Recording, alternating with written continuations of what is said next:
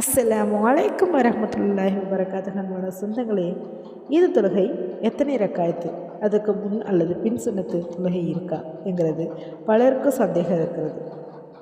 அதில் ஈது தொழுகைங்கிறது பார்த்தோன்னா 2 ரக்காயத் தொழுகை தான். இது ஜமாத்தோடு தொழப்படும் ஒரு சிறப்பான தொழுகை.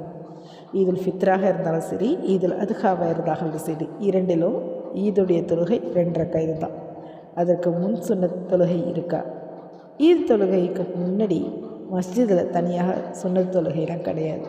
நபிகள் ஸல்லல்லாஹு அலைஹி வஸல்லம் சொல்கிறாங்க, ஈது தொழுகைக்கு முன்பும் பின்பும் அங்கே எந்த நஃபில் தொழுகையும் தொழவில்லை என்று ஹதீஸ் தொழுகை வருது.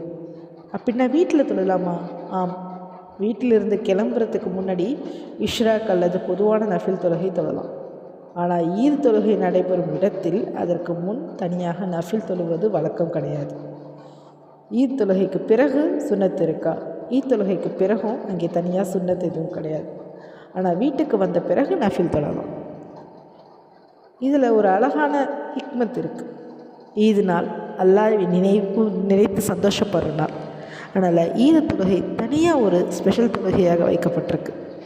முக்கியமான விஷயம் என்னென்னா, ஈத் தொழுகையை தவற விடமா ஜமாத்தோட தொழ முயற்சி செய்யணும். ஏன்னா அந்த தக்பீர், அந்த மக்கள் கூட்டம், அந்த ஒற்றுமை ஒரு முஸ்லீமுடைய மனசுக்குள்ளே ரொம்ப ஒரு பெரிய சந்தோஷத்தை தரும். எல்லாம் நம்ம எல்லாருடைய துவா ஈது தொழுகையை ஏற்றுக்கொள்ளட்டும். நம்முடைய குடும்பங்களுக்கு பரக்கத் தரட்டும். ஈத் முபாரக். அஸ்ஸலாமு அலைக்கும் வரஹ்மத்துல்லாஹி வபரகாத்துஹு.